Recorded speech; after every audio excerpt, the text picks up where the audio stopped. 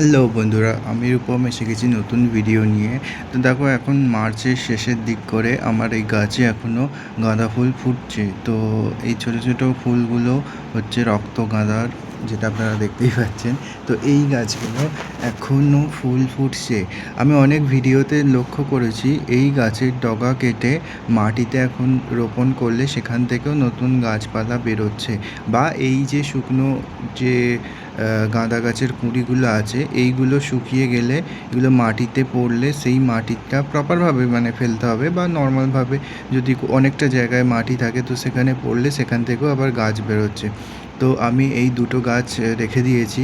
এটা কিন্তু আগের শীতের গাছ, মানে শীতকালে বসানো গাছ। সেগুলো কাটিং করে করে আছে। যখনই তোমার যে কুঁড়িগুলো আসবে, সেই কুঁড়িগুলো পুরনো হয়ে যাবে, সেগুলো কাটিং করে দেবে। তাহলে এই গাছগুলো আবার নতুন করে কুঁড়ি ছাড়বে এবং গাছগুলো দেখতেই পাচ্ছ অনেকটা ঝাঁকালো হয়েছে। তো এরমভাবে ঝাঁকালো হয়ে ফুল আসবে। তো এই যে সামনের ফুলটা, এটা কিন্তু নতুন এসছে। মানে ফুলের পাপড়ি দেখেই তোমরা বুঝতে পারছো। আর এই গাছে কুঁড়ি আসছে।